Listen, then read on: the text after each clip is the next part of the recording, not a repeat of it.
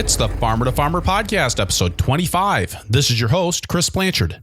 My guest today is Dave Paulk of Sassafras Farm in Maryland. Dave markets his 4 acres of vegetables at farmers market to restaurants and retailers and through a wholesaler. Dave and his wife Jennifer started the farm in 2011 after Dave retired from the Navy. Dave and I talk about how his career in the military and just having a career before he started farming has shaped the development of his farm and business, from hiring and training employees to long-term planning and making use of a wide range of resources. I really enjoyed Dave's practical, down-to-earth take on how he's made his farm work and where it's going in the future, and I hope you do as well. The Farmer to Farmer podcast is brought to you by Vermont Compost, founded by organic crop growing professionals committed to meeting the need for high-quality composts and compost-based living soil mixes for certified organic plant production. VermontCompost.com. The Farmer to Farmer podcast is brought to you by Fertrell, a friend of nature since 1946. No matter your level of experience, Fertrell has the products and knowledge to help you grow healthy, natural plants and animals. Fertrell.com. Dave, welcome to the Farmer to Farmer podcast. Hey, Chris, thank you for inviting me. I'm honored to be here. Really appreciate your joining us today. We're recording this on Wednesday morning, actually Wednesday noon out there on the East Coast in Maryland. What were you working on this morning? I have a small crew on the farm right now. They're actually harvesting fingerling potatoes as we speak. Very good. I'd like to kind of get the lay of the land around Sassafras Creek Farm. I'm a Midwesterner, so I don't even know my East Coast geography very well. I'm actually really from Seattle, which means I was really provincial. Didn't really think there was life east of I-5 when I was growing up. So can you kind of give us the lay of the land with where in Maryland you are and how that situates you relative to major metropolitan areas and where you're marketing your produce? Yeah, certainly. Absolutely. And Maryland is one of those states that geographically is not easy to draw, so don't feel bad about that. Thank you. Maryland is sort of L-shaped, and the farm specifically is located 45 miles south of Washington, D.C. And for clarification, we're on the western shore of the Chesapeake Bay, not to be confused with the eastern shore of the Chesapeake Bay, which a lot of people are familiar with. Maryland's over there, and it borders with Delaware. So we're on the western side of the Chesapeake Bay, 45 miles south, and the farm is 80 acres, 46 of it's tillable, and the rest is in trees, and we have a sandy loam soil, and we're zone 7B at this time. All right. And now you said 46 tillable acres, but you're not farming all 46 of those tillable acres. No, when we were looking for land, I wanted options. My wife used to jokes about that quite a bit, and said, okay, well, there you go. You got options now. So, no, we're certainly not farming 46 tillable acres. What we're doing is farming a little less than 4 acres right now of cash crops, vegetables, that is. And this year we branched off in a slightly different direction. We started growing some grains. And by that, I mean mustard, some wheat, some oats, and some rye. And part of that was for a commitment for a restaurant that we grow. The mustard was, for instance, 4 acres of mustard seed for a farm-to-table restaurant in Baltimore. But the rest of it is cash crops. And then the balance of the open acreage is continually covered crop year-round. Okay, so continually cover cropped with annual crops, or do you have a hayfield seeded down there? No, you know what started here was when we bought the farm originally, I'm one that tries to figure out how to tap into all the great resources out there. So we got into an EQIP cover crop program from the very beginning. The farm had a history of, well, first of all, the farm goes back to 1655, if you can believe that. Maryland is a state that had colonists in 1637. So our farm is soon there along, some of the oldest agricultural land in the country. So eventually, last 20 so years, it was in conventional corn and beans, and we bought the farm. So the first thing I wanted to do was to transition it to organic production.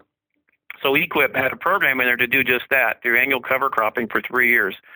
So I got on contract with the EQIP program for cover cropping, and that required me to grow annual crop in the wintertime and an annual crop in the springtime, so summer and winter. So we do that, and I've continued that once that contract came out, because I think it's a great way to build organic matter in the soil, and I have this notion that it helps keep the weeds down just as well. So we do that, and I do that through I have a really fortunate opportunity. We have a soil conservation district here. There's a lot of equipment for rent, and I rent a 10-foot no-till drill that I use to put that seed in annually, twice a year. Wow, That's really interesting, and that you're able to farm that many acres of cover crops and make that work, even without the funding from the EQIP program. Well, I have to sort of take an editorial note here too, and say Maryland, because it's part of the Chesapeake Bay watershed, there's funding available with the Maryland Department of Agriculture for more than, I believe it's 10 acres, where you can be paid to put an annual cover crop during the winter months. So I'm enrolled in that program. And that helps offset some of the cost of the seed, which is the most expensive part of that whole cover cropping thing. The drill rental was pretty reasonable, but the seeds get a little bit expensive.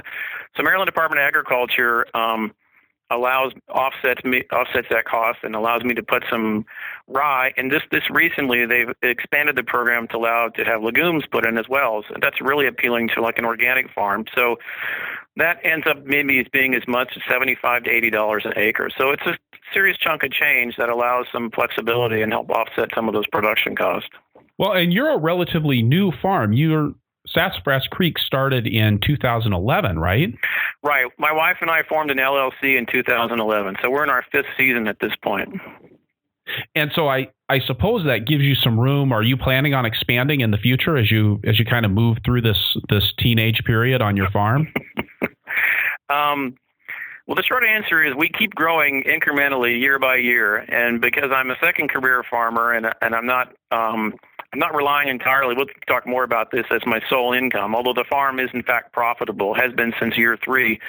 We take sort of strategic steps incrementally to grow the business. I don't want to necessarily grow it too fast, but we want to do it where we have a steady market, and then I have a workforce that can certainly help me grow those crops and get them to market. So each year we continue to expand the business, expand the market, and expand the crop production with it. And if I ask me where we're going, I can talk about that a little bit later, but it's sort of an ongoing discussion about how big we want to get, and still haven't quite nailed it down yet. I think that scale question is one that I'm oftentimes asked to talk about when I'm out on tour in the wintertime. I think it's a big question for a lot of people. Well, there's a lot of emphasis among the community, the sustainable agriculture community, I'm speaking of, about scaling up. And I hear that word a lot because there seems to be more and more desire to have more locally produced foods.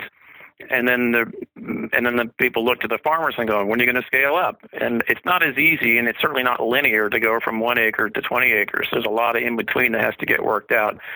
So I think that those details take some work and take some time and take some conscious effort to really figure out what the next step is and what all the infrastructure and stuff that goes in behind it. And so it's not an easy question to answer, but I have given it a lot of thought, and we can kind of dive into that a little bit later in your interview.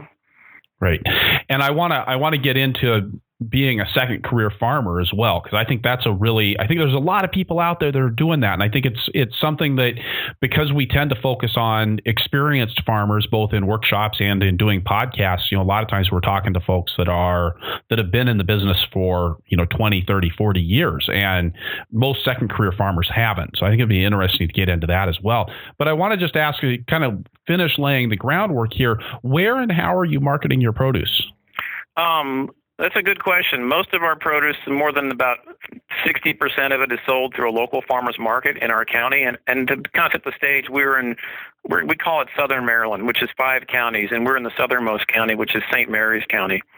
And there's a large Navy base here. And if you didn't mention already, I'm retired Navy, military. It's a large Navy base here. It's a professional group of people, engineers and like that. And so there's a really vibrant farmers market scene that's beginning to develop in the last 5 or 6 years because the Navy put a lot of people down here since the mid-'90s. So that's a good portion of our business. And then we do about 30% to restaurants, some locally, but I was able to get connected to an amazing farm-to-table restaurant group up in Baltimore, so we've been selling to them for 5 years. And then I have a natural food store locally here. We're in Leonardtwon, Maryland, where we are farms near, and then also sell a little bit to a consolidator in our region and occasionally to another larger organic produce store in the area. Okay, so really doing direct marketing to the farmers market, and then additional both sales direct to retailers, but then also doing some to people that are selling it on to retailers. Right. I don't have a CSA. We talk about it a lot. Our customers ask us about it. And it was something that I've seen a lot of new farmers get started because they need that startup capital. That wasn't necessarily our situation. And I didn't feel comfortable as a new farmer taking on the responsibility of having to produce something. I didn't want that kind of added pressure. So here we are 5 years later, and we toy around with the CSA. And it's something that's an ongoing conversation between my wife, who's my business partner, and myself. Now, is your wife also involved in, or you said she's your business partner, is she working on the farm with you? No, my wife is a full-time government employee. She works for the Navy as an environmental scientist. She really likes her work. She's really good at it. But that's to say that she spends pretty much every free time, which is on when she's back on the farm, helping me in one way or another. Her primary focus is the farmers market. That's become her real passion. She, along with a small crew, we run the farmers market every Saturday. We start selling from April. We go all the way in through November. We could probably go longer if we wanted to. At some point, you need a break. She does that and does it really well. She also manages the books. She manages our payroll. And she also does a lot of the just walking the farm with me, and she's a master gardener, so she has a lot of different perspectives, and often something I might have forgotten, she reminds me about that. So she's integrally involved in the farm operation for sure. So you have a couple of employees, full-time, part-time? Let me ask you, how do you define full-time and part-time in the farming lexicon? Boy, that's a rough one. I always think of full-time as people that show up every day and eat lunch at the farm. Part-time would be somebody that is either not eating lunch at the farm because they're there in the morning or they're in the afternoon, or they're coming just a couple days a week. But I know it's kind of it's a lot fuzzier definition when the farmer's working 80 hours a week than it is when everybody's on a 40-hour-a-week schedule. Well, let me answer it this way. We have 8 people on payroll. It sounds like a lot for a 4-acre farm, but it's not as many as you might think. But about half those people are on work the farmer's market, and my wife puts that schedule together, so there's kind of a rotation. Because not everybody wants to work, give up their Saturday from week after week after week. So there's a crew of people that do the farmer's market. And then with me on the farm, I have as many as 3 to 4 people on the farm any one given day. When we're getting ready on Fridays for market, and we also are harvesting for our restaurant accounts up in Baltimore, I might have as many as 4 people. And certainly as we move into the fall, when we're still coming out of summer crops, where we got a ton of winter crops coming in too. So we need a lot of hands to do all that kind of work. So 8 is the number, but on the farm it's anywhere from 3 to 4. And most of them work every day, and we eat lunch together because we like to eat lunch together. We think that's a nice way to kind of bond and be part of the farm and enjoy the food and all that stuff. Are you providing lunch for your crew? Not at this time. I've thought about doing that, but I don't have time to cook. So I think what I'd do is try to find someone to. I've seen farms where one of the employees was given the detail to go prepare the food in advance, and then I've seen operations where they bring in a chef or something once a week or so. So I think that's a nice thing. But right now, everybody brings a bag lunch. Sometimes we share, certainly. Like watermelons are in right now, and we got plenty of those, so we like to pass those around. Yeah, there are some advantages to being in Zone 7 there with watermelons being ready already. That's kind of nice. Yeah, up here we're still, I think, a couple weeks away from watermelon season here in southern Wisconsin. So I think it's interesting. You're not the only person I know who's decided to get off the corporate ladder in one way or another, although you weren't really on the corporate ladder. Like you mentioned, you were in the military. And that's part of what interested me about your story is that, I mean, you seem to you've dived into the farm. It seems like it's something that's really working for you as a second career. And I guess I'd like to spend some time reflecting on, what's good, what's bad about being a second career farmer, as well as how your career, either as it was in the military or just the fact of having a career prior to getting into farming, has informed the work that you do now. Yeah, well, maybe I would sort of back up a second and sort of set the tone by saying neither my wife nor myself grew up on a farm. Like a lot of new farmers, we're suburbanites. We don't have an ag background. I got a business degree and a master's degree in business. My wife is a scientist by training. But the theme there is we both had gardens as kids growing up. And then when we got married, we always tried to have a little vegetable garden as the Navy moved us from one duty station to another. And then when we finally ended up in Southern Maryland and we bought a small house in 2005, it had a little land and we started growing acreage there, and it got bigger and it got bigger. And as my job got more stressful, I moved out of one field and into another. That farm became sort of it was therapeutic. It was the antidote for stress relief for me. And so that really kind of set the stage for something that I enjoyed, and my wife as much, to what we might do as when the inevitable point comes that you need to retire from the military. So we began sort of a journey to figure out if this is something we wanted to do. We were producing a lot of food, and one of the steps we took before I left the military was to try our local farmers market. So we mustered up everything we had, and we went there for about, I think, like a hobby scale. We went there for 3 weeks, and we sold everything we had, and it was really well received. And that was a real boost on the possibilities of maybe getting into this farming thing, because I really hadn't thought about doing it seriously as I was moving to the end of my career.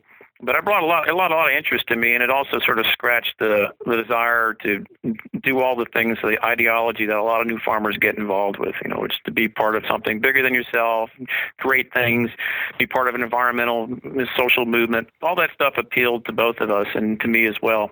So we started exploring the regions about whether this is something we really wanted to do. And as we moved around, we decided to kind of benchmark the best places in the country. Because as a military person, we weren't really wed to any physical location, right? Right. So, because we'd been all over across the country, and we had family that was, my wife and I have family in Seattle. So we went up there and looked around. We went down to Portland because, you want to be next to family, but not necessarily right that close to family. So Portland seemed like a good place to be. My mom's from Portland, but no one's down there still. So we looked down there and went to farms. You start reading about these things, and you realize there's a pretty active movement in North Carolina. And I know you interviewed Alex Hitt recently, and so there's a great farm tour series put on by the Carolina Farm Stewardship every year on the weekend, and we went down there a couple of times, and you drive around and see as many amazing farms in that region down there, including Alex. And I'm a person that has to sort of see something before I can kind of realize it. And that was really helpful. We went down a couple of years and saw a lot of small, sustainable farms. And then to sort of paint the picture, we went up to New England area and upstate New York because we read a lot of things about people doing wonderful stuff up there. So then it all kind of came full circle when we were casually looking for farmland at the same time, as well as here, because my wife had a good career, still does, and wanted to maybe possibly stay local, keep our options open. And this farm that we currently have right now came available, and so we took the plunge and bought it. And then we decided somewhere about 6 months before I decided to retire from the military that I thought I would give this a go. I would try for 12 months and see how it worked out. And if it didn't, I wouldn't be so stale from my previous career. I could get back in and hop on that corporate ladder and continue to develop a second career that way. So you'll have to refresh me where I'm going with this because I can't remember it. I think it's really interesting. I mean, you had an MBA and a career in the military, and then took that and decided to make this jump into agriculture. What did people who were in the service with you think of your plans when you said 6 months out? Hey, I'm gonna, when I get out of the military, I'm gonna go be an organic vegetable farmer. Well, it was sort of funny because I was doing program management the last 8 years in the service, and it got to the point where I said earlier the farm, it was a large garden, but it became sort of an anecdote for stress relief. And then if you've done program management, I don't care if you're in the service or otherwise, there's a lot of things that you have to be in, a lot of balls to juggle, and it can be really stressful. So you need some sort of outlet. For me, that was the outlet. I couldn't look forward to getting home at the end of the day, and it might be 8 o'clock at night, grabbing a hoe and going out there and weeding green beans or something. It just really appealed to me. And and at the same time, we were producing a lot of food. So I had about 600 people in the staff that was working where I was, and I would bring that into the cafeteria. And everybody likes fresh garden produce, right? Yeah. So they said, hey, this is really cool. You should. And I got a lot of people saying, you should do that. Maybe they were joking or not serious, but I kind of kept thinking maybe there was something to this. So they were always very supportive. And I think a lot of them respect the idea that we're doing something a little bit different. They probably think I'm lost my mind a little bit, but I had a good friend that reminded me that I always kind of marched to my own beat anyway. And then he added, I have to paraphrase this. You always had the, sort of the intestinal fortitude to do something that someone else wouldn't do. If you get my meaning there. I do. Yeah, I do. So they've been very supportive, and even my parents came around thinking it's super cool. What they realized, people in general, and maybe people like my parents, going, hey, that's okay, that's different. And then when you talk to people, my son and his wife have an organic vegetable farm. I go, oh, that's really neat. And next thing you know, they go, hey, that's pretty cool what you're doing.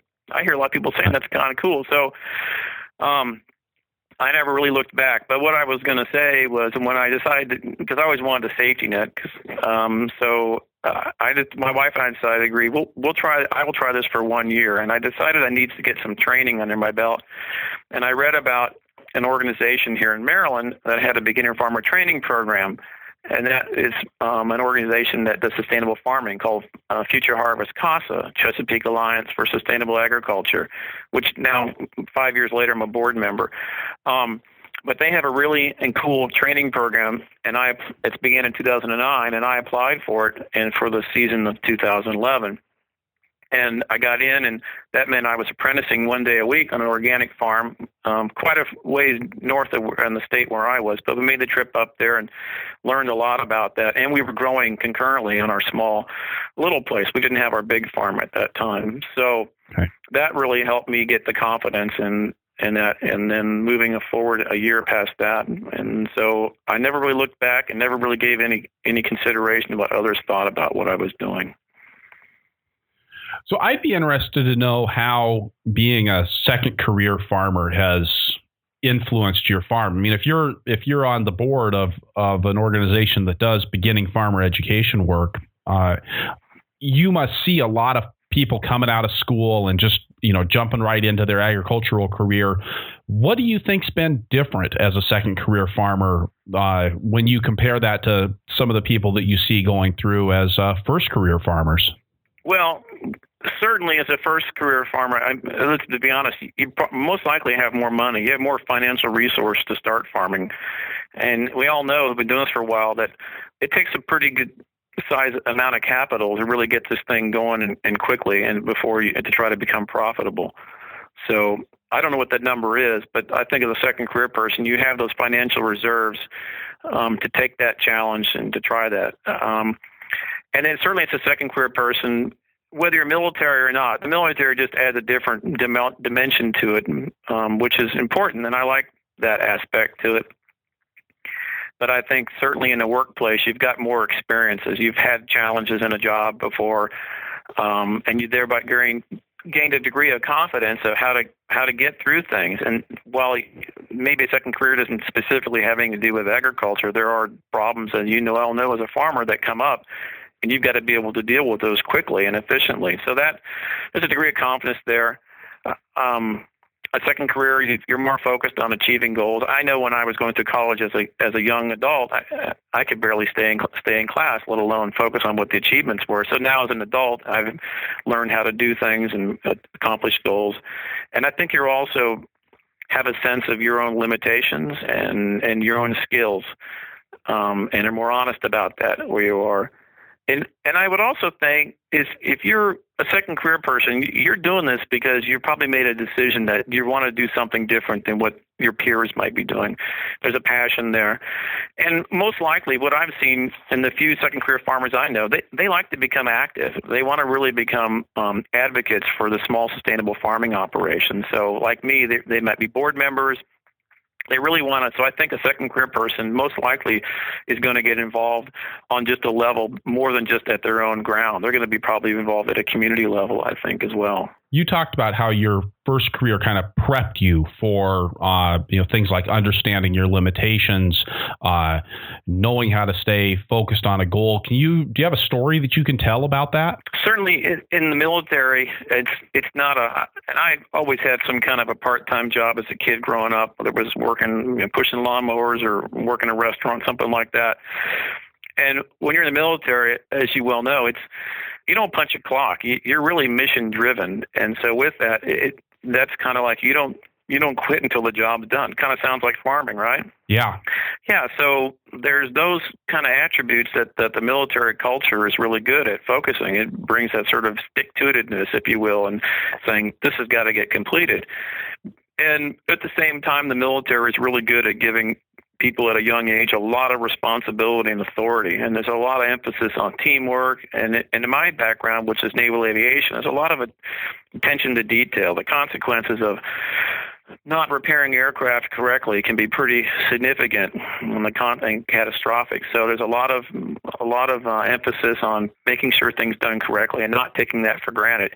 And with that is a sense of accountability and trust one another and teamwork. So that's kind of a lot of the military context, and maybe that's not necessarily maybe unique to the military, but I think that's what I know, and I think it's somewhat unique to the military. So those things came to me throughout my long career. I certainly faced plenty of challenges where I had to deal with complex things or dealing with lots of people and maybe not the most pleasant working environment, but things that you persevered and you pushed through, and a lot of those attributes I think lend themselves well to farming, because the best laid plan even on a farm put together in my case January or December, like December, doesn't always look the same come July or August. It's been tweaked a couple different times because things didn't go as planned. And so that's really common too in a military setting as well. Things don't always work out as you expected to, but you still have this common goal and common mission to get completed. So that's well, and I've always thought that was one of the real important things about coming up with the plan. And one of my favorite quotes, and I've spent a lot of time listening to shows and reading about World War I lately, and I don't really have any experience with the military, so I'm talking about something that I don't really know about. So I apologize if I'm stepping on toes, but this idea that you never go to battle without a plan, but the plan never survives the first contact with the enemy. And I know this was something that came out of the quote, I think originated with a general in the Franco-Prussian War back at the turn of the 19th century. And I've always thought that was interesting, from farming, because a lot of times you talk to people and they'll say, well, why would I spend all this time planning out a rotation? Because the weather comes in. And you just never know. So why do we put all of this effort in? Or why would I want to spend all this time trying to figure out exactly how many people I'm going to need to employ this summer? Because every year is a little bit different, and I might need more people or I might need less people. And I've always thought that idea of actually doing that planning work, a big part of that always seemed to me to just be developing an awareness about what was going on in your world and actually what the goals were, what might be reasonable to accomplish, and helping you to stay focused on that when you get into the heat of battle. Again, it feels a little embarrassing to say that to somebody who was in the military, but I like that idea, and especially when you think about that with farming, because it can be a pretty rapid fire, standing in the fire hose of reality kind of a situation when when you actually get into the season. Well, that's interesting. I've always thought of having a plan was good, especially when you've got a lot of skin in the game as a vegetable farmer, because certainly if you're planting things, there's an expectation you're going to make money selling it. I would find it sort of abstract, the idea that I would just sort of throw seeds out and hope something happened. I mean, I can't imagine that really anybody would do that. But so as far as a plan goes, for me, part of it's because we're certified organic. So there's a whole host of records that need to be maintained, which is also, they serve themselves really well as a second attribute, which that is running the business, understanding what went on and what's going on, so you can come back at the end of the year and look at it. But as far as building the plan, we have a crop plan that I develop. I bounce it off my wife, and it's about trying to anticipate, looking backward, what we did, what worked, what didn't. And maybe there's a seasonality to a particular crop that year. We just didn't do it right, or maybe we need to tweak the way we're growing it. And then also a sprinkling kind of a projection of a growth, because I don't want to overproduce something and then not have a home for it. So I asked about why I don't do a CSA, because I just at this point don't feel like I want to take on the extra work and then have to deal with all the logistics behind it. But at the same time, I don't want to do wholesale either, where I just go to a terminal market and try to sell something on the floor. So the only way to kind of put some sense to all that, so I can sleep at night, is to put a crop plan together. knowing full well that it's going to change throughout the course of the season. Things aren't going to be necessarily planted when they were supposed to be because of the weather, or the location might end up differently, or it took longer to mature. But the plan lends itself to running a really profitable operation. And I mentioned earlier, our farm was profitable by year 3. So I think that speaks to something about having some organization and a plan to sort of figure out what you want to do and how you want to do it. Did you know when you started that your farm was gonna make it to profitability in year 3? Did you have a business plan and have that kind of stuff charted out? I mean, coming from your MBA background. No, hell no. No, I mean, this is sort of interesting when you talk about the financial components of a farm. What was the New York Times, article last year or whatever this year about, don't let your children be up at farmers so they can't make a living at it, right? Remember that op-ed piece? Yeah. Yep. And for anybody that's in this business, that probably just really rankled them. It did me too. I'm going to show them. But no, with stepping back, it's really hard, at least when we started, and I think somewhat still today, it's really difficult to figure out when you should be profitable. And one of the things I learned in talking to, when I worked on a farm, apprenticed to the training program, was those are kind of questions that we would talk about, because I was curious to know what should I expect and when should I expect it. And while it's still sort of nebulous, you have sort of an understanding of what it's possible to gross per acre. But then depending on your background, when are you going to be able to be operating in the black? And again, and maybe a second career farmer can get there faster because maybe they have the financial resources to capitalize a little quicker using personal assets and then and then paid back by the farm later. In our case, when we're farming 46 acres, you can't do that with a walk-behind tractor, right? No. Yeah. So, and I decided, well, I'll just hire someone to do that. Well, that didn't work because, no one wants to fool around with something like that. And it's just too small and they're too busy. And so quickly realized that if I was going to have to cover crop 46 acres, I needed a tractor, and I was going to pull a 10-foot drill. I needed one with enough horsepower and four-wheel drive to probably do it. And I ended up having to take some personal savings and purchase that tractor. So, in a sense, been paid back by the farm to do that, because the farm is an LLC and separate from my wife and myself. But so that maybe allowed us to achieve some profitability faster than somebody else. But I had no real benchmark for that. But I will tell you one thing that we started doing with some other area farmers who are growing like us is we've done a financial review. We did it 2 years in a row around January, where we've all kind of agreed in sort of a non-disclosure fashion. We would compare profit and loss statements and P&Ls and income statements and that was really insightful. We did that on our 3rd year, and it was really reassuring with 5 other farmers who had been farming, and none of them were second career, by the way, to hear them compare notes and say, hey, you're doing really well. And because I couldn't find that information anywhere else. So that was a real boost. And then we did it last year, and they continued to say, you guys are doing really well. And you're ahead of the curve where other people are at this time, or where we were in our case. That's really great. I love that idea of sharing that really sensitive financial information with other people. I mean, that to have a group of folks that you can trust and really get close with some of that, that benchmarking that just seems to be really absent in our industry, to understand how am I doing relative to everybody else. I think that's a really difficult thing to get your head around. And it's an important point of comparison, because otherwise you are just kind of operating in a vacuum. You don't really have anything to gauge your success against. Right. And it's something that people often don't want to talk about, because I guess, let's be honest, because maybe they're slightly embarrassed about it, because they're working like fiends 80 hours a week, and they're maybe basically making barely a living wage. And I actually want to probe a little bit around the fact that you guys were profitable in your 3rd year. Do you draw a salary from the LLC, or do you just take that as a share of what's left over at the end of the year? Great question, Chris. At this point, since I have a pension and my wife has a good income from her job, I don't draw a salary. What we do, and we have the leftover at the end of the year from paying all the expenses, would essentially be, we could take a draw. But at this point, since we're still in a build-up stage, we essentially take that money and we just turn it right back in and improve infrastructure or equipment. So I don't take a salary at this time. I feel it's more important to be able to develop the business to improve efficiencies and gain those things that make us a better operating farm.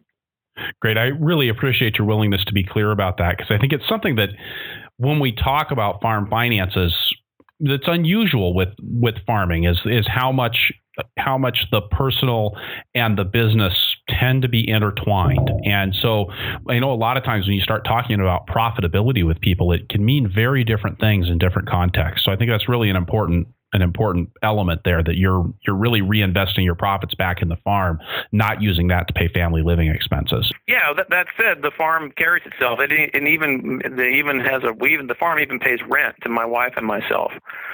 Great. So, and it covers everything they would expect it to cover. But as I said earlier, if I needed a $25,000 tractor in the beginning, the farm, that was year one, the farm didn't have that kind of, so I made a personal loan to the farm to do that. So I really like the way an LLC. Now my farm was always a sole proprietorship.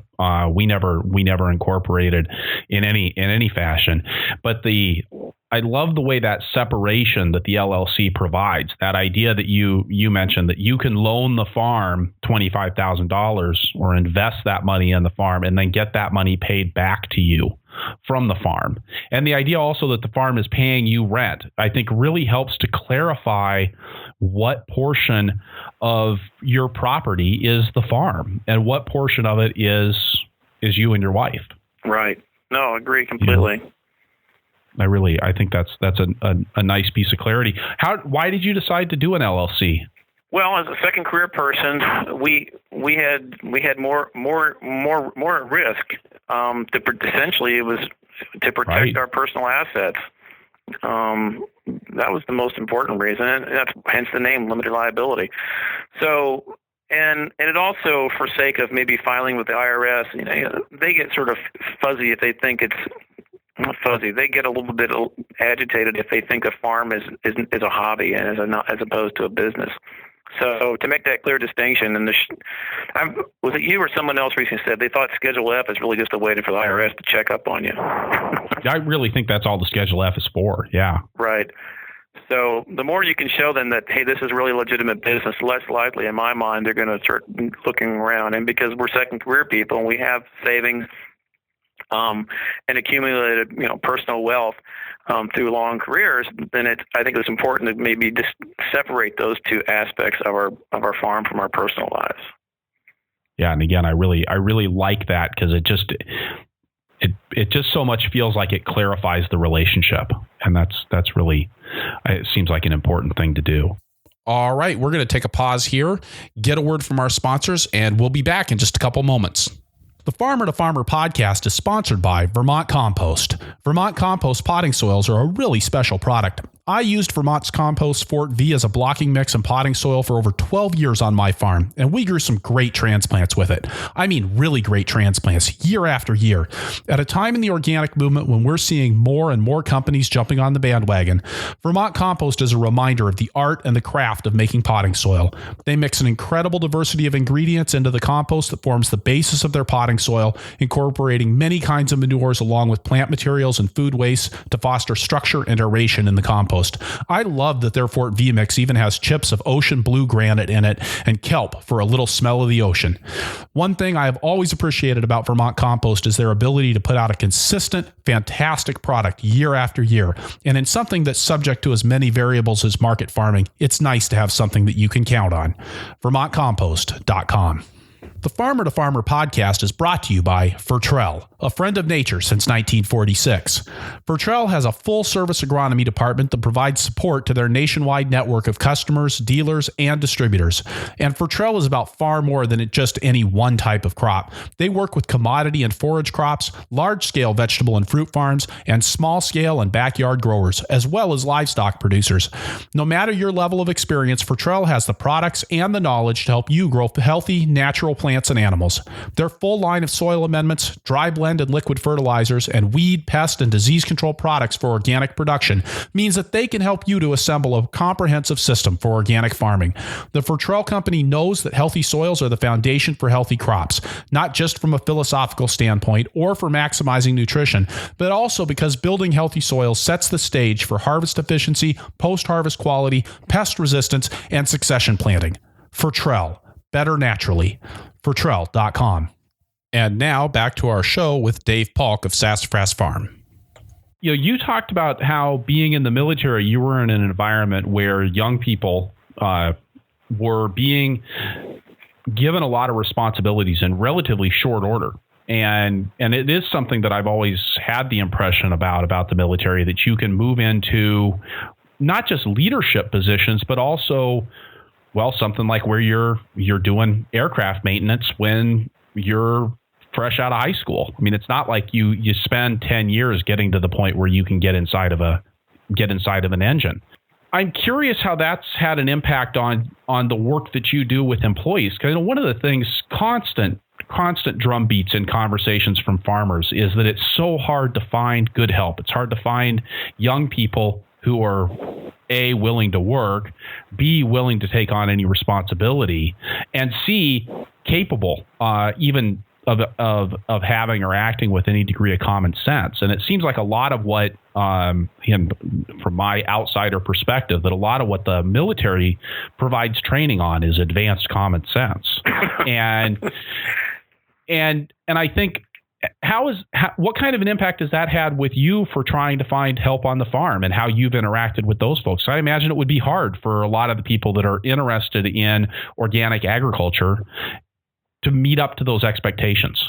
Well, that's a great question. And I guess, first of all, to this point, we've only hired one veteran, and he was a Marine, and he really wanted to be more of a chef than a farmer. So you sort of figure out but to this point, the people we hire are, they're drawn to the farming just for many of the same reasons we are. None of them come from military backgrounds. And so for me, we don't necessarily have a chain of command because we're so small, as we would in the military. There'd be a layer of people at different levels, and everybody understands their exact roles. But at the same time, I try to put our plan. I try to run a tight ship, so to speak. Which means that when people come in, there's a plan. We know what we're going to do that day. We have a little meeting in the morning. We lay out who's going to do what. We lay out the expectations. I try to put time gates to each thing. If I know we're going to, for instance, harvest some crop, I try to, through experience, which is still evolving in my time, and as I introduce more efficiencies on a farm, figuring out how long it's going to take. So there's an expectation of how long the job's going to take, and then we sort of seek a sense of clarity. That's the way we always ran meetings in the military. And then I check up on the people if we're not working together, or if they're divided in a team or something. So I think you run as any organization which is doing kind of hands-on work would run those same sort of practices. And so in terms of, I try to instill responsibility with the people. We talk about that occasionally. When the mower runs over the strawberry beds and hits 5-6 metal hoops, and they took them out last week, and he missed a few, then we have a conversation about accountability and about attention to detail. We don't shoot anybody, but make the point across in recognizing that you have to maybe train people to be focused that way. So, and at the same time, when I interview people, we always do a working interview on the farm. I can learn a lot in a really short order on just how people move, and there's, as you like to call, situational awareness, how they're paying attention to details. Even if they don't know anything about farming, you can learn a lot very, very quickly. And so I like to do that because that gives me a sense of what the possibilities are if I hire this person to work on the farm. Whether they're actually going to be fully engaged or not. Yeah, you don't know completely, but I think generally speaking, we have a pretty good track record of hiring good people, and I like them. I couldn't do the job without them, and we're constantly training them. And I'm also really big in my military background to making sure that the people who work for me always have the right training and the right tools, and the expectations were made clear up front. So I try to run my farm the same way, making sure that there's no shortcomings that I'm responsible for. Hey, equipment's broken, or I didn't tell them exactly, not exactly, but give them enough latitude to do it a little bit to my expectations, but a little wiggle room that they can try it on their own. All that builds confidence. And then recognizing when things don't go right, that there's accountability. We're going to talk about what didn't work right and what we can do to improve it. So that's kind of how I've always operated in my military career, and so I run the farm the same way. In the military, did you get training on those sorts of leadership skills? Hey, this is if you're going to be telling people what to do, this is what's involved in that. The short answer is a little bit, but in my particular, maybe more so. I can only speak to the Navy where I was. Certainly, those are, but really, it's more of a culture that you're expected to understand. There are some courses you take and some training throughout your career at different times, but a lot of it is really just the culture that lends itself to understanding that, and understanding that there's responsibilities and accountability for what you're doing, and you're part of a team, and you have the training to do those things. And the expectations are that if you do your job, the mission is completed. If you don't, there's a problem. And so there's accountability to that. And the military environment also is such that maybe it's like corporate America too, but it's up or out. You either promote and move up and to positions of increasing responsibility, or you're at some point said, look, this isn't working out for us or for you, and it's time to find something else and show the door. So it works that way as well. I think it's something that is oftentimes overlooked when we put people in leadership positions, whether it's a beginning farmer with their first employee, or whether it's putting in that middle level of management on a farm, is that leading people is a skill in and of itself. You know, it requires some attention to things that just doing the job yourself doesn't. And I know it was something we struggled with. God, I struggled with it tremendously on my farm when I was getting started, and it was actually a source of a lot of pain and frustration for me and my family and our employees. And it really took a long time to get to kind of clarify some of the principles around that. I really liked what you said about just, even how you run the meeting. Just being very kind of having a pattern for how that goes and how that information is communicated. Well, yeah, and clearly there, you asked me, I think earlier, where do I see the farm going in the future? And at the 5-year mark, we certainly developed a business plan, and I would sort of laugh if I look back on it because it was more notional than real. But I would have to say right now, part of it goes back to immediate goal is to become happier farmers, my wife and myself. And what I mean by that is I don't necessarily want to continue to work 12 or 14 hours a day doing the physical work that comes with the farm. But at the same time, I'm not ready to do, go out, put out the pasture. So what I'm doing at this point is we spend a lot of time developing our farming systems and making sure that when I say those systems, figuring out how we're going to grow a crop and making sure they're repeatable and they're teachable. The worst thing and I'm as guilty as the next person, as a new farmer, not knowing exactly how you're going to do something. And then midway through, you change your tack, or next week you change your tack. And that's really confusing to employees. Like, which way do you want me to do it? Make up your freaking mind, right?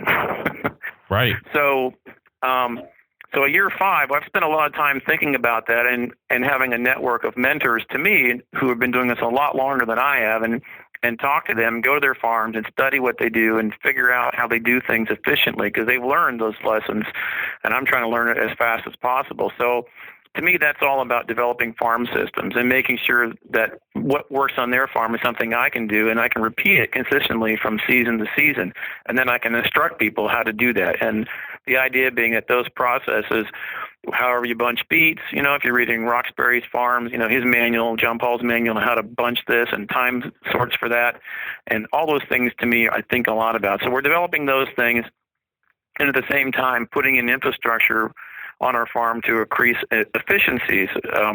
By example, this year we built a new barn that has your favorite material called concrete in it, right? Love me some concrete. Yeah, exactly. So we've got concrete on the floor where we're doing our washing, the walk-in coolers there, and it's just a huge, huge change from a lot of where we were before, which is outside and different setup there. So, but it has a huge amount of efficiency of the farm, and also it's a huge morale builder. And so we're working on developing our systems, increasing efficiencies, and then ultimately, I'm trying to figure out where I can hire like a full-time assistant, somebody who can take some of the workload off of me, so I can. The fact is, the farm is probably better off if I'm spending more time doing strategic work. By that I mean refining our systems, developing our infrastructure, helping market our products, rather than out there harvesting kale or weeding carrots. I think it's the hard thing about being in the farming business is most of us got into it because we like bunching kale, and then what you end up with is that you're, as the farmer, oftentimes needed much more at that strategic level, that level 1 or 2 up from what's actually happening out in the field, right, on a day-to-day basis. So that point there is, and strategically, someone's got to be steering the ship. And if you're in there pulling weeds, you're in the engine room, who the hell's on the bridge, right? Well, and I think that actually goes back to that idea of situational awareness. One anecdote that I read a long time back was that the Coast Guard did a study of why their ships were running aground. Because it's a bad thing when a boat runs around in the Coast Guard. You lose your job. Yeah, we call that in the Navy. That's a no ban, change of command.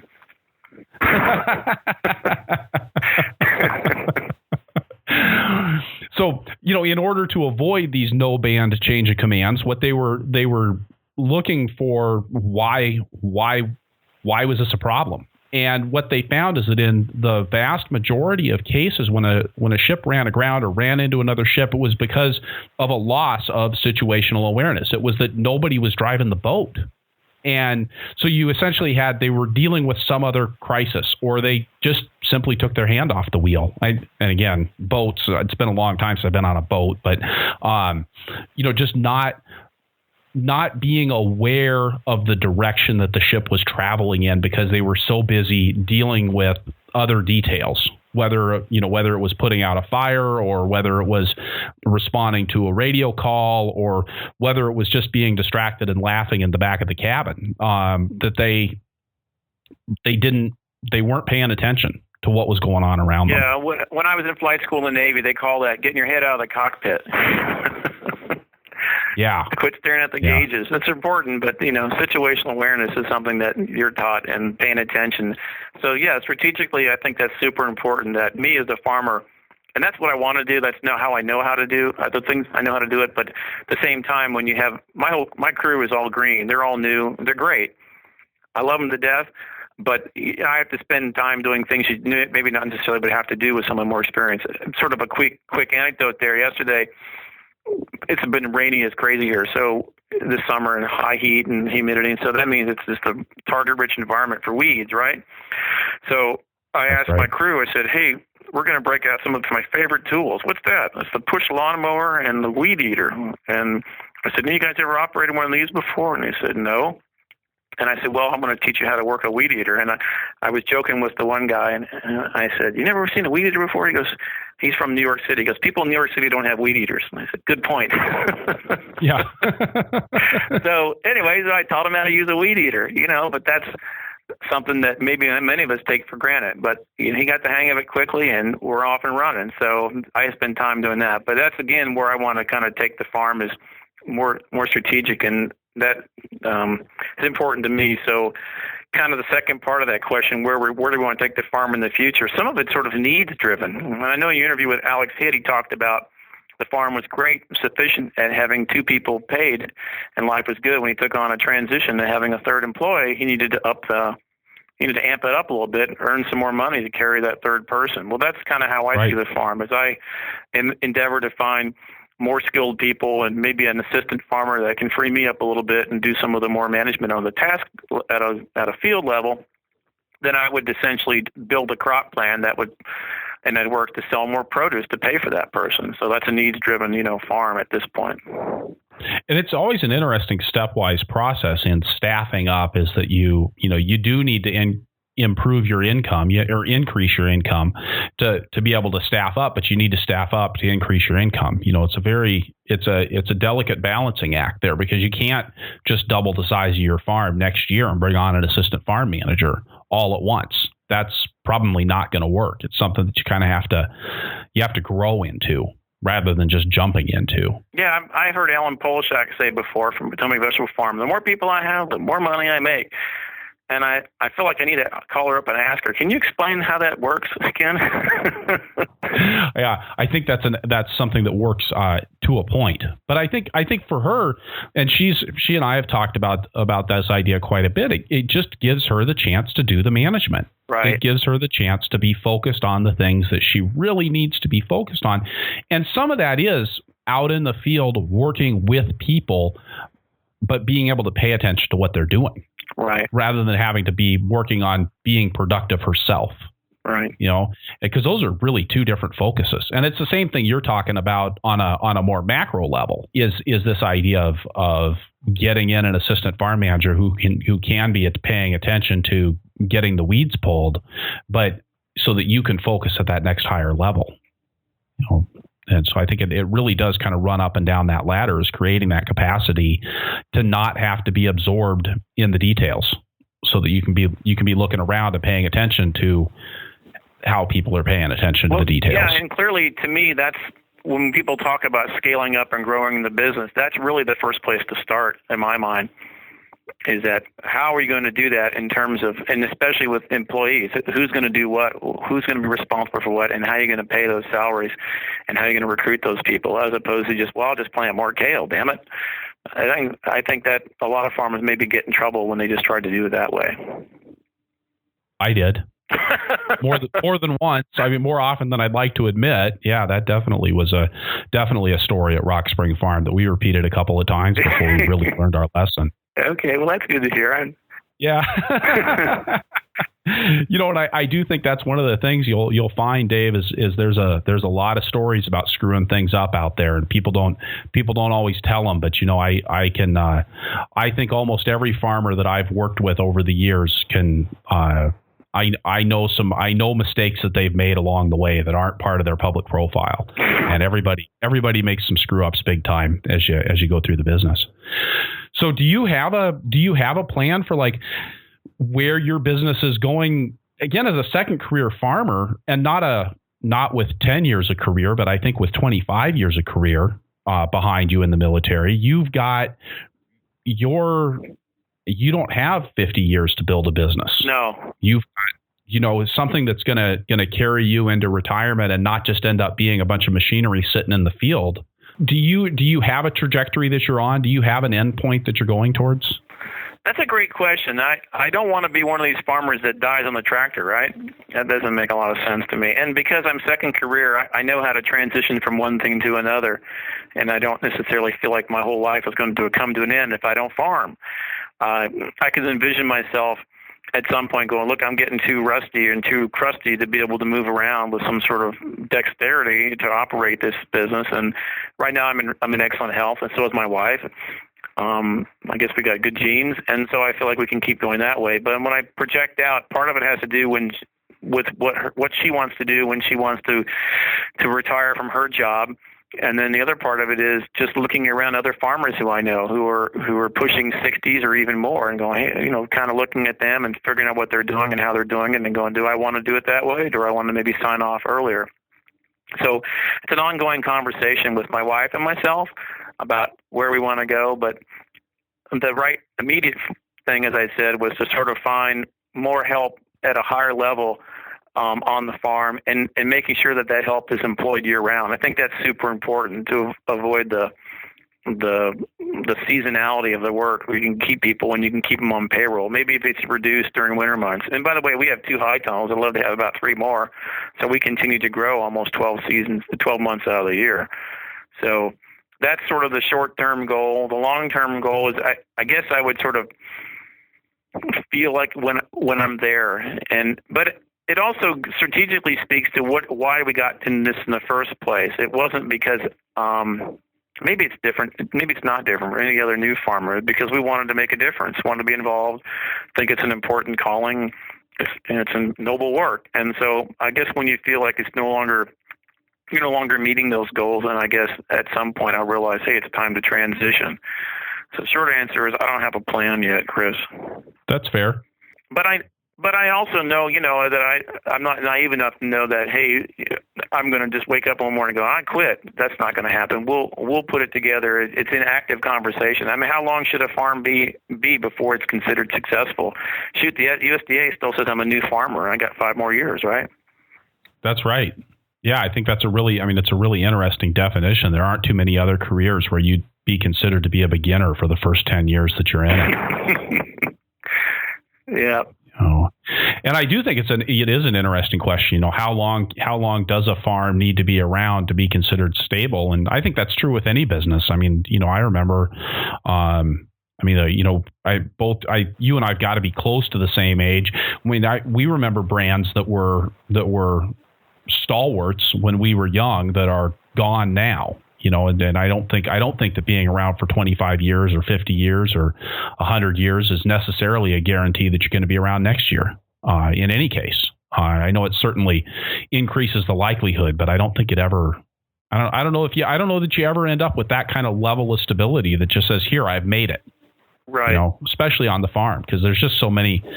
There are so many things that are outside of your control. I think for the most part, as long as we think we're making a difference and we're balancing our quality of life, and that's very subjective, and we're still having fun, I think we'll continue to do it. And I think both my wife and I know ourselves well enough to know that when we're reaching kind of the point where we need to look to do something different, and maybe it's 10 years from now, I don't know. I'll put that number out there. And so we'll keep on learning our operation. We'll keep on growing our business. We'll keep on refining our systems. And part of our goal is to hire, really people that want to do this work. And so we'll keep hiring people and inspiring them. And hopefully we'll out of that group of people we keep hiring, we'll find a couple new farmers that really want to continue the operation. Well, and that's certainly been a theme with some of the older operations that I've been talking to recently, that they are finding those people. And sometimes it's just a matter of being patient and recognizing it when they come along and taking advantage of it, instead of necessarily having a plan that says, well, in the year 2022, I'm going to have an employee that's going to get me, that's going to want to take over the farm. Right. So it really is kind of just keeping your eye out and knowing when you've got the right situation and then taking the right steps to start making that happen. Do you think that's more difficult in some areas of the country than others? I don't really have a perspective on that. I don't know. I mean, I would think, I guess I would guess that some of it would have to do with real estate pricing. I mean, how much asset are you trying to transfer? Right. I would imagine that it has more to do with the personality of the farmer than anything else. Mm-hmm. I think the farmers that I see doing those transitions are people who've shown a willingness to be comfortable giving up authority, comfortable giving up decision-making power. And, if you're really still in that mode of, I need to be in charge of everything, it's really hard to bring somebody in and give them a significant amount of responsibility. And yet that's what you have to do if you're going to have somebody. If you're going to identify somebody as being a good candidate for taking over the farm, particularly if you're wanting them to be investing in it over a period of time, you need to see that somebody's got that level of responsibility, because you got to give it to them. That's a hard thing to do for a lot of people. Well, one attribute in the military is that you move on to new jobs and new assignments. So inevitably you build up you think you're the best there ever was, and then 3 years later, in the case of most, you're moved on to another, and then you turn it over to somebody else. So that's something that anybody in the military who's been around for a while is very familiar with, turning over the reins, because you have no choice. And so that's kind of neat. I'm used to doing that. And I like doing that, because part of the military is because we're running some really big, complicated operations. You need to rely on people to do things and have those skills and a lot of delegation. You never give up the responsibility. The buck stops at the top, but ultimately you have to rely on people to do the right job and train them to do it. So I'm more than happy to turn over things to people, because I know how to do all that. And then I think the other thing that you've got set up there that I think is again, kind of tilts towards success is the fact that you've already got a structure for the farm that makes it an entity other than you.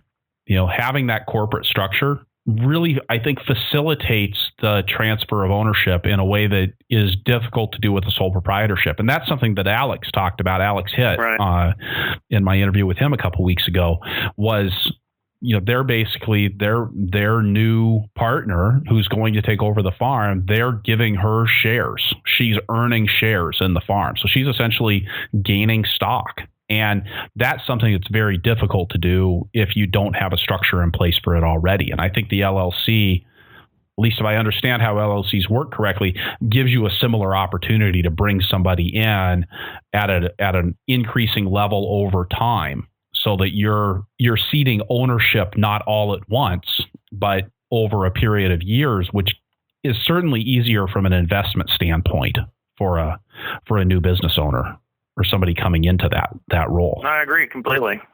Yeah. So I wanted to ask a question. You talked a little bit at the beginning about and this is kind of taking a left turn here, but you talked at the beginning about being in the Chesapeake Bay watershed and that there was funding available for certain environmental practices that are available to you because you're in that high risk watershed. But I also know that that's something that comes with some additional regulations. Is that something you've had to deal with, regarding fertilizer applications or other practices? That's an excellent question. The short answer is I'm required by law, as any farm is of any size, to have what's called a nutrient management plan. I don't know if that's a term that's used elsewhere in the country. Yep. Yes, it is. Okay, and so that's based on soil samples. And in my case, and in many farms in our region, we're high in phosphorus, and that's something that is finds its way to the watershed and so forth. And because our farm was a traditional, like Southern Maryland farms, that grew tobacco for many, many years, probably hundreds in some cases, we have a high reserve of legacy phosphorus. So I'm limited somewhat because of the phosphorus is a pacing item on my nutrient management plan. So I'm limited as an organic farmer. It's just how many, some of the fertility I can use, and of itself, it doesn't necessarily slow me down right now, but I have to be careful to make sure my phosphorus levels are not too high. And it seems as though those levels, this is a real hot topic here in Maryland and around the watershed, making sure that the phosphorus levels are maintained. And there's a new phosphorus management tool that's been put into place, very controversial, especially with the poultry industry on the Eastern Shore. There's a lot of excess phosphorus in poultry. And so the plan is sort of set to monitor and manage those things. But on a larger scale, I'm generally not affected by the regulations because I'm an organic farm. I don't have a lot of runoff. I have cover crops all over my farm. Really, my limitation is my nutrient management plan inheriting high phosphorus levels on my soil in the first place. So I have to be careful if I'm using organic fertilizers to make sure I don't exceed the phosphorus levels on my farm. And I have to watch that carefully. But that's kind of where it is for me right now. So, all right. Well, let's move into the lightning round here, Dave. Sure. Okay, so we're going to start off. These are the questions that we like to ask everybody who comes on the show. And I'd like to start with, what's your favorite tool on the farm? My favorite tool? Well, my favorite tool, Chris, on the farm is probably going to surprise you, but it's the water wheel transplanter. I hate water wheel transplanters. Really? Yeah. Oh, man. They're just, well, and maybe it's because I was always trying to use one on bare soil, which they're not designed for. But they just drove me crazy. We use ours on a lot of plastic culture because we're in a subtropical environment and we're trying to manage weeds.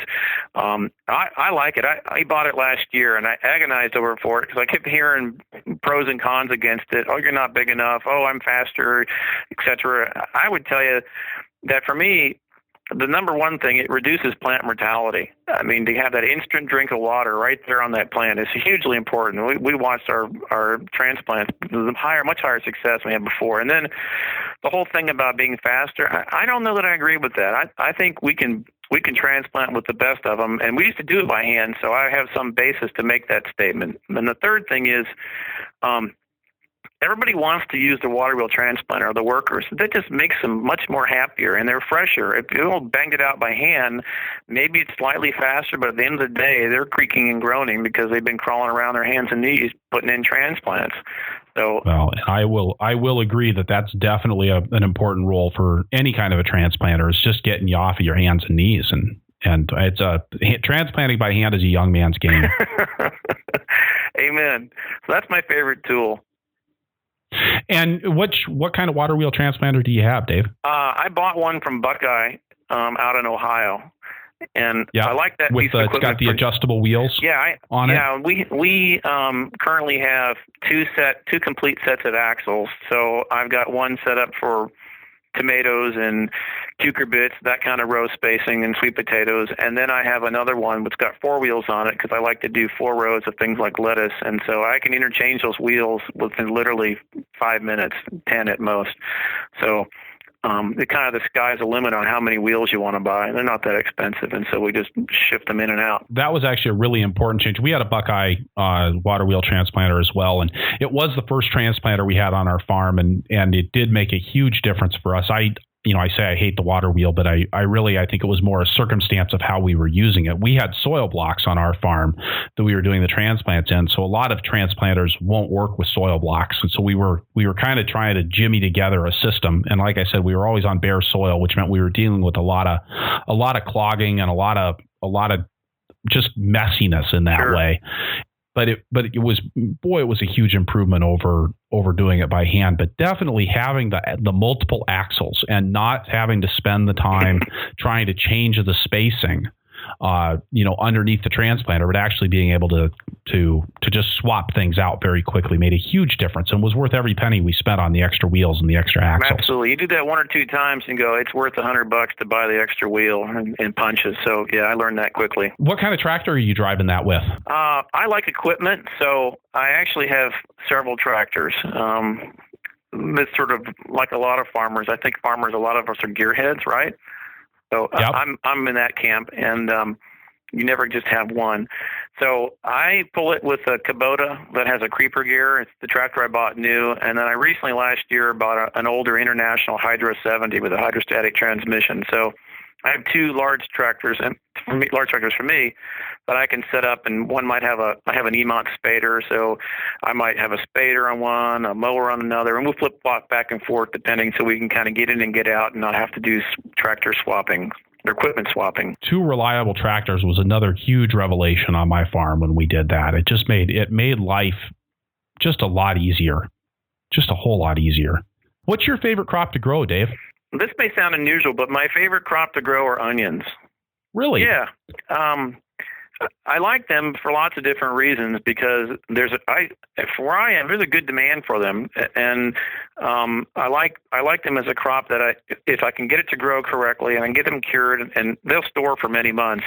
And you can't start a meal without an onion, so there's always a good, strong demand for it, both at the retail level and wholesale level. I also add that it's a tricky sucker to grow too. And some years we can pull it off, and some years we get kind of take a step backwards. And so I'm moving more and more to growing more onions over winter. I've been experimenting with that, and I've been having really good results in doing overwinter onions. So onion's my favorite crop, but I still have to learn how to do it a little bit better. Now, are you doing specialty onions, or are you just primarily sticking with the reds and the yellows? What do you mean by specialty, Chris? Do you mess around with things like the Cipollini onions or the shallots, other things? There's that red torpedo, or I think it was called red long of Tropea. Are you just really sticking with those round red hard onions? We're doing all the above: red onions, white onions, yellow onions, and this year we probably grew 50,000 shallots, and it wasn't my best shallot crop. We got hot early and humid, and I had some problems getting them out of the field to cure properly. And we also do Cipollinis, which I keep saying I'm going to swear off, but over the winter time when you're still hanging around, you're going, hey, I'm going to try Cipollinis one more time. The pain of the battle is long since forgotten, and you get sucked into doing it once again. See, I always like growing the cipollinis because we get a really good price for those. Yeah. And it was a matter of being willing to charge enough money for them to make it worth doing. Well, one of the things that I'm still trying to get answers here after talking to people and indirectly to Bijou is the seed guys. It's certainly for shallots, is that can I overwinter them? And the consensus right now is both cipollinis and shallots cannot be overwintered at our latitude, which is 38 degrees. The thinking is that they'll bolt. If they'll survive winter, but they'll bolt in the springtime. So I don't know yet. It's on my experiment list for this winter is to grow a small trial of them and see if it works. If it does, I think it'd be awesome. If not, we'll probably continue to grow shallots because there's really good money in those, and I like the idea that they can be stored, indefinitely almost. What are you doing for a curing setup on a crop that's important? That's that important for you? Oh, I need help there. I remember, I think at the Moses conference this year, you gave a presentation, or at least touched base on that. And yeah, currently what we're doing is using our greenhouse with shade cloth on it, and on using tables and fans. That seems to be kind of the common method. But in this spring, we had so much rain. We've had excessive amounts of rain, the high humidity, that it just really got difficult to cure those things down. So I'm really interested in understanding how to put a heat source to them, maybe external heat source to dry them down faster. And I haven't quite figured out. I haven't found the publication that tells me how to do that. That's exactly what we did on our farm, and it didn't make a huge difference every year, but when it did make a difference, it made a tremendous difference in the quality of what we were able to put out, what we were able to output with the onions and the shallots. And those shallots were just a really important crop for us. They really paid our trucking all winter long for the other things that we were selling. Wow. And shallots are so great because you put together a 5 nights bushel box of shallots and you've got $100 at wholesale. Right. And it's just good money. And if you can figure out how to do it without having a ton of labor going into it, and also not having a huge cull rate, which of course helps with the labor. We ended up with a really slick system for that. And I keep meaning to write that up, but I'm not gonna try to describe it here without the pictures. Well, I look forward to reading that. We'll have something on the blog when it becomes available for sure. This is kind of a funny question for somebody that's only been farming for 5 years, Dave, but if you could go back in time and tell your beginning farmer self one thing, what would it be?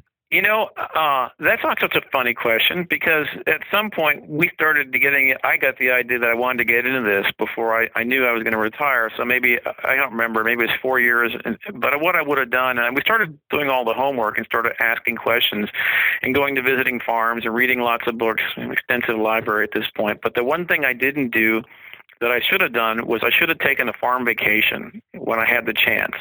I should have found some of the best farms in the country that I thought were on the scale that I wanted to be, and I probably should have called the farmer up and said, hey, can I come out and volunteer in your farm for a week or so, or 5 days, whatever?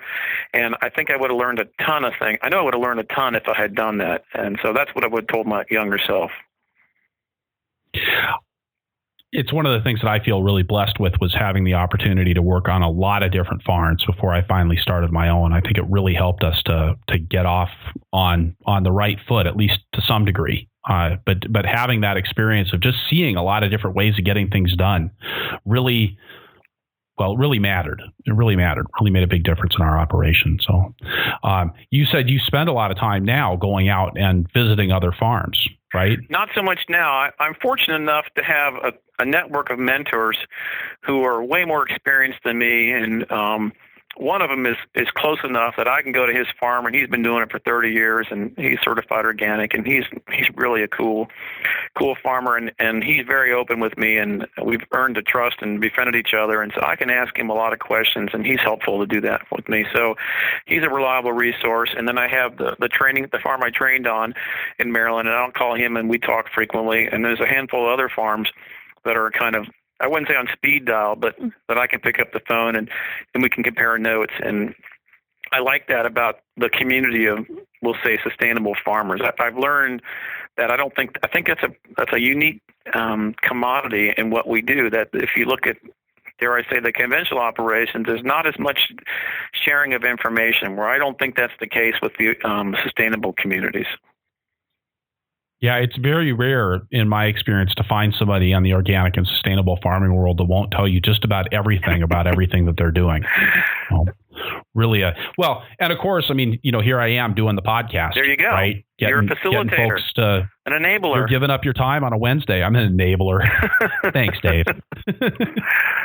All right, Dave, thank you so much for coming and, like you say, participating in this tradition that we have in this community of sharing your experience and your expertise. Well, I don't know that I don't know if I have much experience or expertise, but I certainly like to talk about this, and I'm really appreciative of the opportunity, and hopefully that some other folks are listening and have learned a few things from us, and certainly they can go to our website and give us a phone call if they want to talk more about it. I live this stuff pretty much 24/7. Enjoy it tremendously. Great. And we'll have your website will be on the show notes, but why don't you go ahead and tell us what that is over the air right now as well? It's sassafrascreekfarm.com, SASSAFRAS, that's a mouthful, creekfarm.com. And we have Facebook, and we've got Instagram and all that good stuff. And like every smart farmer, we carry a smartphone and take pictures. We like to show off what we're doing, not so much the mistakes. Yeah, keep those. There ought to be like the separate Facebook page for your farm friends. Yeah. As opposed to your customers, we'll call that right? the wall of shame or something. All right. Thank you so much, Dave. I appreciate it, Chris. Thank you. All right. So wrapping things up here, I'll say again that this is episode 25 of the Farmer to Farmer podcast, and that you can find the notes for this show at farmertofarmerpodcast.com by looking on the episodes page or just searching for Paulk. That's PAULK. Dave and I talked a bit about getting a write-up together on my old onion curing setup, and that's exactly the sort of thing I talk about in my weekly email newsletter, The Flying Rutabaga. The Flying Rutabaga runs the gamut from practical templates for delegation to guidelines for watering transplants to time management hints. You can sign up at farmertofarmerpodcast.com or purplepitchfork.com. It's worth noting that the show does take a substantial amount of time to produce and not a little bit of money. Our sponsors, like Vermont Compost and Furtrell for this episode, and Osborne Seed Company, Second Cut Media, and Audible for previous shows, really support this work. Accessing their web pages through the show notes and sponsorship page on my website provides them with a way to measure your engagement. And of course, so does mentioning that you hear their ad on the Farmer to Farmer podcast. Please make sure you let them know when you're in contact with them. And one more thing, if you've hung on for this long, I'd like to know what questions you, my listener, have that my guests or I might be able to answer in the podcast. Please let me know on Facebook at Purple Pitchfork or use the contact page on farmertofarmerpodcast.com. Anything about farming and farm life is fair game, and if you want to be anonymous, just let me know and I won't mention your name on air. If we choose your question to use on air, I'll even send you a Farmer to Farmer podcast mug. Keep weathering the weather, be safe out there, and keep that tractor running.